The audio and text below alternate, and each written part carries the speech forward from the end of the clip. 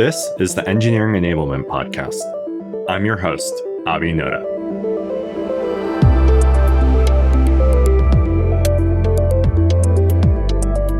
Quick note before we dive into the episode, I'm excited to share the DX Core 4, a new framework for measuring productivity that encapsulates Dora, Space, and DevX.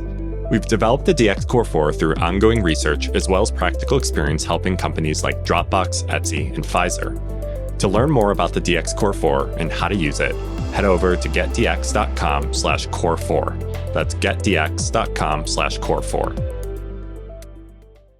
Good to be back with everyone. Last time on our show, we did our initial reveal of the DX Core 4 framework. We'll talk a little bit more about this today to catch folks up who weren't able to attend that previous session. But today, what we want to talk about is benchmarks. We just published our first set of Core 4 benchmarks, so we want to let everyone know what these are, discuss some of the interesting findings that we're seeing in the data, and then also talk about advice for how to actually use benchmarks. Folks are always asking us for benchmarks, but then the next question we always get is, so how should we actually use these? Which benchmark should we use? So we want to talk about that today. As always, folks, please leave questions in the chat for the Q&A. Laura and I will be keeping an eye on that and weaving topics from the chat into the conversation. So let's dive in, Laura. I think we should start by just catching folks up on the DX Core 4. We did a session on this about a month ago. The DX Core 4 is a new framework that we've published. People are always asking, why publish another framework? There's already all these other frameworks out there. And the reason is actually because people have constantly been coming to us, asking us, hey, there's Dora, there's Space, there's DevX. With all these different frameworks, how should we actually get started measuring productivity? So we've been asked that question. Nicole, Margaret, the researchers we collaborate with are always asked that question as well. We really wanted to put something together that is our recommendation on a good starting point that encapsulates all those different frameworks. And of course, as soon as we put this framework together, folks started asking, do you have benchmarks? Like, what is good for these metrics? Laura, I mean, in your experience, why do people want benchmarks? We're naturally inclined as leaders to want to contextualize our performance against other people in our industry. I think we want to be able to set high standards, see how we're doing against our peers. Benchmarks can also be a really effective way to protect investment in stuff that's working now. I think that's sort of like a secret way to use benchmarks that's not often talked about, because you can see that you're doing well, which means you got to keep investing, got to keep doing what you're doing. Otherwise, you're going to fall behind.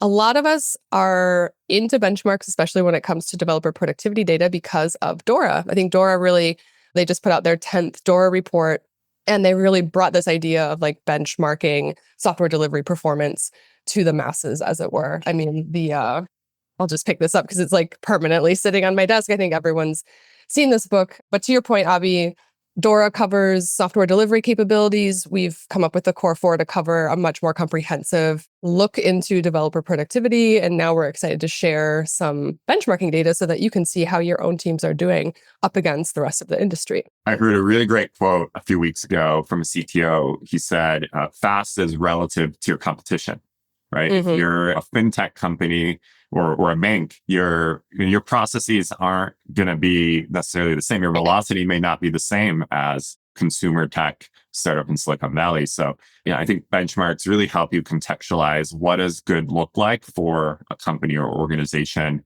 like ourselves. Laura, could you do the reveal of the benchmark page website we put together and walk folks through what does this benchmark data set actually consist of? Yeah. So if you want to follow along at home, you can go to our website, getdx.com, go to this research tab, and you're going to find a link to the Core 4 benchmarks. You're going to be on the same page. You can look at some of the numbers as Abi and I talk through them. So right now we're sharing benchmarks on the 4 primary metrics that go along with the 4 pillars in the Core 4 framework. And this data is consisting of data from 500 plus companies that are using the Core 4 framework, along with data sets that have come through our industry research. This is primarily self-reported data, which I think is an interesting point here. We actually do have workflow, so like automatically collected data. And one thing Abi and I found was very interesting was like there's actually not that big of a difference between the two of them. For a lot of these things, the measurement can span multiple tools, and so the self-reported data is actually much more reliable, is what we found, which is why we've gone with that. Another thing I thought was very interesting, for each of these benchmark segments, we have at least 30,000 data points. So there's definitely a lot of data going into this benchmarking data. If you would like to download the full set of benchmarking data, so right here you'll see tech versus non-tech, and you can see some of the percentiles, but we also have it segmented out for company sizes, and then also mobile engineers have different workflows, different challenges. We have a special segment just for mobile engineers, and you can find that here in this full benchmarking data. You'll just get a nice Excel sheet of the numbers. Oh, I was going to say, Laura, the Excel sheet's a big data dump, so we didn't want to present it today, but definitely encourage folks, go to the website. You can download the data file. There's a lot of data to comb through. You've looked at that big data dump. We've all spent some good hours pouring through all of it and kind of drawing our own conclusions. I'm really interested to have you share with those of you who are joining us today, what are some of your big observations, big trends that you've seen in the data?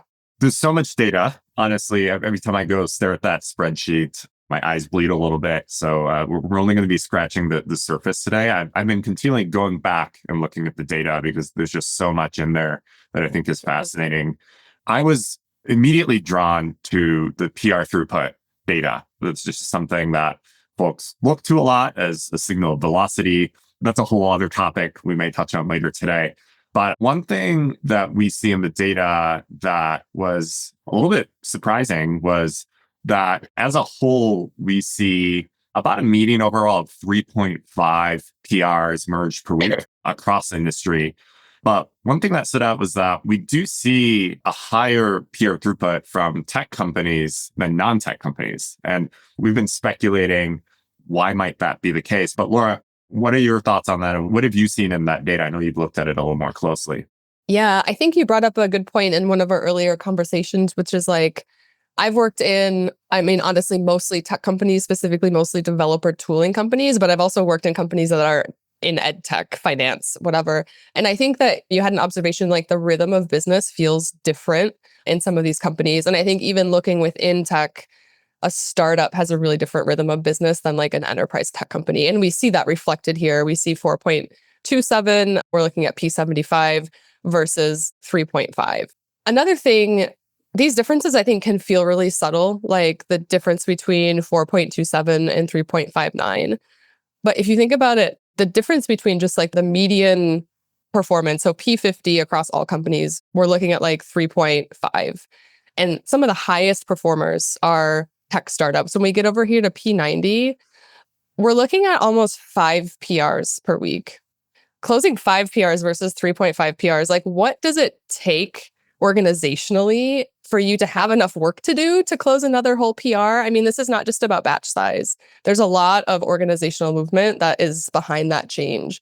That's so much work. It's like a fifth, depending on how you're looking at it. It's like so much more output. It's so much faster. Yeah, and I think you brought up a good point. The numbers seem close, but when you extrapolate across an entire organization, in some cases, we're talking thousands of more PRs per week across the organization. Yeah, the rhythm of business point came to mind for me. But as we'll talk later, the developer experience data, which we'll get to soon, we see data that tells a little bit of a different story, right? In terms of actual effectiveness, friction, and efficiency. So I don't know if we have the answer on PR's PR throughput, but definitely a really interesting one to touch on. And I saw a question about this to clarify the difference between tech and non-tech.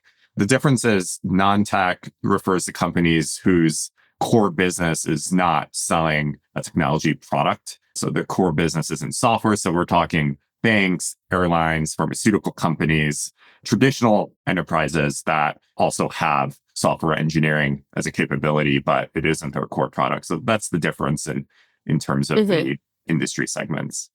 Yeah. I think like actually weaving in the speed to developer experience, the pattern here is like, it's quite a nice pattern match because we can look at the highest performers for a developer experience index. And so the DXI is a kind of predictive measure of key engineering, like developer experience performance drivers. So basically, how easy is it for a developer to get work done at your company? Like how much friction do they encounter? And we can see that small tech companies have the best developer experience index. So in this case, the higher the number is better.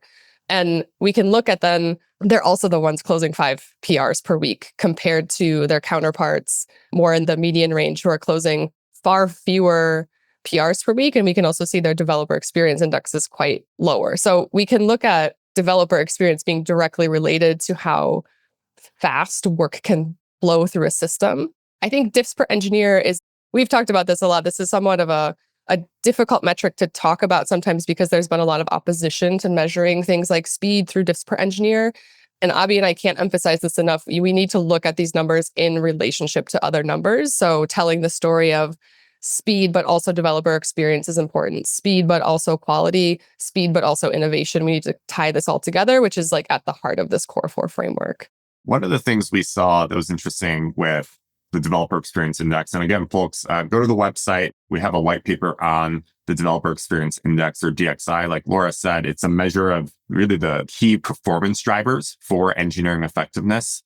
And Laura, you pointed this out. One thing that was really interesting in the data is that there's quite a bit of variance within the tech startup segment, right? There's a pretty large disparity between P90, P50, which I interpreted as meaning that for startups, there's a pretty big spectrum of some startups being really, really effective and some being pretty awful. Is that the right way to, awful being a harsh word, some startups struggling more? Struggling, yeah. I think that's actually a really good question. And thank you, Julia, for asking about our sort of jargony P50, P75, P90. And thanks, Matt, for answering that question. So 50th percentile is just like the median average performance. P75 would be the top quartile, and then P90 is like the top 10% of performers here. We can look at these things in averages in different ways. And a lot of times when we look at mean averages, which is just like taking all the figures and then dividing them by the number of respondents, there's a lot that gets lost. There's a lot of context that gets lost because we're just left with one number. But if we look at the distribution, and in the DX platform, you can actually get this data sort of on a more granular team level. You can start to see these outliers. You can see how different types of teams are performing really, really well or have like amazing throughput or really high quality where other teams might be struggling in different ways. And you can see the distribution that tells a different story and gives you even more information about where interventions might be most impactful, where a mean average or some of these other averages might sort of obscure some of that more targeted information that's going to point you to where an intervention might be most helpful. Laura, another thing that stood out to me, if we go to the innovation percentage of time spent on innovation versus, to give folks some context on this, and this is one of the key metrics in the Core 4 we look at, which is how much engineering time is actually going into elective work, developing new features, new capabilities, as opposed to other things like meetings or putting out fires and bugs in KTLO. And one of the things, we're not showing it on the screen. This is available in the data file that folks can download from this page. But we saw that mobile engineers have significantly lower KTLO. The striking, right, the gap we saw in the data. Curious your thoughts on it. Like, why is that the case? Man, mobile engineers really have some just different workflow patterns. Their deployment targets it's just really different. And so it makes sense if you're not sort of literally close to the devices where your things are operating on. You have less like operational surface to cover. So it makes sense that you're spending less time on maintenance, KTLO. You have more time for innovation. I think it's interesting that it could have been KTLO, it could have been new features, it could have been bugs and stuff. Mobile engineers are spending more time innovating, which I think is pretty cool. We don't have a lot of data on mobile engineers and how they're spending their time. We don't have a lot of data on mobile engineers and the core DORA metrics or the key software delivery capabilities that DORA reports on. That's always been a question that I get asked all the time, which is like, well, I'm a mobile engineer. Does this actually apply to me? So it's really exciting. And I'm so glad that we did this to actually take mobile engineers as a different population segment and be able to call out and offer that, which again, it's not on the summary that we have on the website, but if you download the full version, you can see all these values specifically for mobile engineers, which is pretty cool. Laura, let's switch over to change fail percentage. I know you've had some interesting observations there on what you're seeing. Yeah. When I looked at this, for those of you who might not be familiar with change fail percentage, this is the amount of changes that when they get into production or customer facing environment results in degraded service. So something that you have to go in and fix. And change failure rate is one of the 4 key metrics from Dora. And historically, anything under that 5% is considered like really good when it comes to Dora. And companies that are like high, medium, low performers, we're seeing anything from like 15% to 40% change failure. Well, the companies that are using DX Core 4, that's a wildly different story. These are all pretty clustered up in like under 5%. I was very curious about this. To me, this means, hey, this is a good like guard metric just to keep in the background to know that if you slip, that's a warning signal. Even though the differences are subtle, I was also really surprised that here the big tech companies are actually, they have the highest change failure percentage. And in this case, higher is worse. So it means you have more changes going to production. I wonder, do you have a hypothesis? Why are these values slightly higher for like enterprise tech versus other parts of our population? Yeah, I can only speculate, but one thing we see with the larger scale ups and tech companies is that they've had rapid growth. They've oftentimes overhired a little bit. They have a lot of churn. And so maintenance is a real challenge, right? Knowledge of systems has left the organization. And as a result, I think see a lot of larger tech companies really focused on reliability now and reining in some of the side effects of the rapid growth. So that's one perspective on the problem, but yeah, curious what your thoughts are, Laura. Yeah, I mean, I think that's true. I think often when I talk to companies and when you look at that distribution and can kind of go down more granularly into the team or service level, you'll see also disparity. Well, you'll see that some, that old legacy thing that never gets updated, no one knows. I don't know, maybe it's written in COBOL or whatever. Like, no one's touched it in decades, and then you have to go change something, and of course it breaks. Versus the thing that's being iterated on every single day. I don't know if this hypothesis has any weight to it, but I'm just thinking a lot about how AI is helping us write more code. And I have always sort of viewed source code as a liability, not really an asset. And I wonder if there's some correlation between, do big tech companies just have more code laying around it's like slightly different from big like non-tech enterprise companies? I don't know. These are some of the things that I'm thinking about. I don't really have any data to back it up, but just something that I've been thinking about is like why this disparity might be there. But it's hard to say because the differences are so subtle in this population compared to, for example, Dora's population, where we have like 40% change failure versus 5%. So really interesting about this quality aspect. And Laura, you touched on this earlier, but for folks looking at this data is quite clustered together, right? These numbers are all pretty close.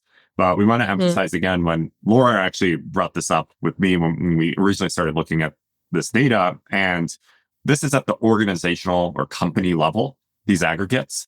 When we go and double click into the team level for this metric, we see a lot more variance. We did see teams with 10, 15, even 20% change fail percentage. So just so folks keep that in mind, this is averaged across organizations. When you double click at the team level, we see a lot more variance, more in the range that we see in some of Dora's research benchmarks as well. Yeah. One question here, is there any significance that the non-tech change gets lower for non-tech as opposed to higher for tech? Yeah, I think the one other thing that I thought about here was, are bigger tech companies willing to accept more risk? Is that like this kind of socio-technical circumstance around here that we're talking about things like finance, insurance, automotive, other industries that are maybe just not able to accept more risk? And then we can also look at this again. We want to have opposition in our metrics. We want some tension between them. So we're going to look at P75, and we can go over here to like diffs per engineer. We do see that even though the big tech companies or big non-tech companies in 500 plus have a lower change failure rate, they're shipping less frequently. So we can start to tell kind of an interesting story here about like what might really be happening there. It's hard to draw a ton of conclusions based on just data points here, but definitely some trends are emerging that are interesting to discuss.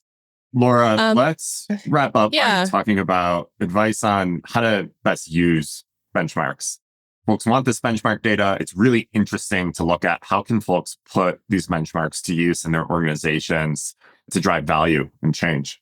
Yeah, I think that we always emphasize getting a baseline as soon as you possibly can. That's another reason that self-reported data is so useful in this context, because it's just faster to get. And what we have seen is that the difference between the self-reported data and the automatically collected data is like, it's not significant enough to care for the purposes that you need this. Like, it's high fidelity enough. So you can look to external benchmarks like this Core 4 data if you want to download it and look at it. Do that to set things like high standards, do some gap analysis, try to figure out where you need to protect your investments. But you also should look at benchmarking data internally. And I think that is the step that a lot of us skip, is that we do an assessment based on external benchmarking data, but we don't actually then close the continuous improvement loop and then look at that same benchmarking data quarter after quarter internally to see if we're making progress against the goals that we've set. So that would be the first thing that I would start with. What do you think, Abi? Yeah, I think the most important thing to me is, look, we work with a lot of leaders who are trying to bring positive change to their organization, right? Make lives better for developers, help the organization be more effective. And we've heard stories of folks going to their CEO, CTO and saying, hey, our lead time is X. And CEO, CTO says, so what? Why would we care why do we care about lead time? And so it's so important for folks to understand, one of the important pieces with benchmarks is that you're able to tell a story to stakeholders, right? You're able to go to people and say, look, here's where we're at, and we're behind our peers. We're behind industry top performers. Here's how we can get better. Here's how we can compete with industry peers. And being able to frame your data in that way is where benchmarks are critical. We find that without that, you're just 4 PRs versus 5 PRs per week. Who really cares, right? Like I said earlier, fast is relative to your competition. So talking about these numbers in the context of your competitors, industry peers, that's where I think you really get attention from executive stakeholders. That's where you're able to really drive investment. And that's where you're able to tell a really great story when you drive those improvements and you're now ahead of your industry peers. So that's the advice I have for folks. Yeah, I can share an example with the audience here, just to like an example of how I would do this. So innovation ratio, again, we're looking at the percentage of time spent on building new features and capabilities. So this is an important business impact metric, because we have the difference between building the thing right and building the right thing. And a lot of times engineering doesn't get to choose to build the right thing. We have to build the thing right. So we're talking more about not what gets built, but how it gets built. And so the best thing that we can do is, when there is opportunity for innovation, make sure we have capacity to do it by having low tech debt, frictionless processes, whatever. When we look at some of these numbers, we can see, like, let's just call it out as like a 6% difference. If we're looking at tech companies, we're looking at startups versus the enterprise. And so we might say like, 5%, 6% difference in innovation rate, which, like, who cares, right? If I come to Abi and say like, well, we're like 6% behind our peers, Abi's going to say, Laura, I don't care. Tell me something meaningful, which is totally fair. But if I come to him and say, Abi, every single week, our competitors are spending 2 hours per developer working on brand new customer facing features. That's 2 hours that we're not doing. And that adds up to 2 whole full-time engineering teams each quarter. That is something that Abi is going to, I don't know, throw his hands up and be like, okay, how do I fix this? What do you need? That is such a much more compelling story to tell with data than just coming with plain benchmarking data. The whole point of having access to data like this is to figure out how it applies to the particular problems that your company has, and specifically the goals that you have. So it's not just about the 6% difference, but like figure out what that actually means, figure out what it means for your competitors, and then figure out what you need to fix it, because not everything that can be fixed should be fixed. If you're going after a 0.5% innovation ratio change, that's might have diminishing returns based on the amount of effort that you need to put in. And Laura, it's important to call out, again, that part of the philosophy and the design of this Core 4 framework is the balance and tension between these different dimensions and metrics. So I saw someone bring up, isn't incentivizing focus on innovation over KTLO, won't that lead to degraded quality and increased tech debt over time? That is absolutely the case if you're only focusing on this metric without the others. But we have change fail percentage. We have developer experience as other key metrics in this framework. And those tell the story of those opposing considerations that are also important for effective engineering. So again, that balance here, when you're going and asking for investment in a specific area, you have options and different paths here in terms of where to tell the story you want to tell, anchoring to these different dimensions. Someone mentioned Goodhart's law, and I think that was a great example of like, okay, are we just going to optimize for one thing and then it's no longer a good measurement? Goodhart's law really applies when you have like a one-dimensional system of measurement, and that's the opposite of what Core 4 is. People can still make mistakes or hyper-focus on one thing. So that's like whenever you see one of these numbers presented all by itself or like outside of the context of a discussion, to me, that's like a bit of a red flag that we might be getting into some bad territory. Make sure to look at these as a basket of metrics, like a nice collection. That's how they were designed to be used. So that's the appropriate way to use them. It's not an appropriate way just to take out innovation ratio and look at it by itself. We can say that pretty authoritatively as the authors of this framework. That's not how we designed it. So please don't do that. I think another question that we get about benchmarks is like, what should we be aiming for? And so Abi, I'll let you take that one. We have the raw data set to answer another question. You can go ahead and download that. Just go to GetDX, look at this research tab, benchmarks. You can download the full raw anonymized data set at the top. You're going to see P50, P75, P90. So Abi, which should people be looking at? Yeah, this is such a common question we get. What should we actually be aiming for once we get a hold of this data? And it depends. Of course, it's situationally dependent. If you're behind P50 might be the right place to aim, but generally our default recommendation is P75, which is really looking at being a top quartile performer. And I think P50 is, you want to be above P50, but P50 isn't really aspirational because that's the middle of the group. Whereas P75, that top quartile bar, I think is a good place to aim while not being too extreme, like P90. So that's our recommendation typically. Yeah, I think that's a very strong target for teams to try to aim for that top quartile performance.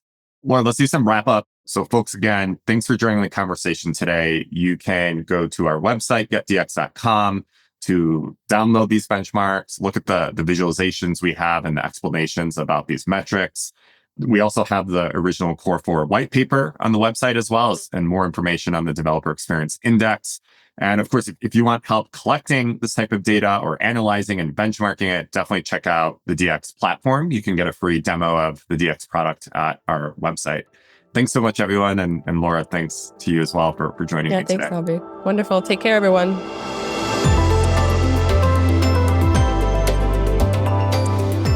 Thank you so much for listening to this week's episode. As always, you can find detailed show notes and other content at our website, getdx.com. If you enjoyed this episode, please subscribe to the show on Apple Podcasts, Spotify, or your favorite podcast app. Please also consider rating our show, since this helps more listeners discover our podcast. Thanks again, and I'll see you in the next episode.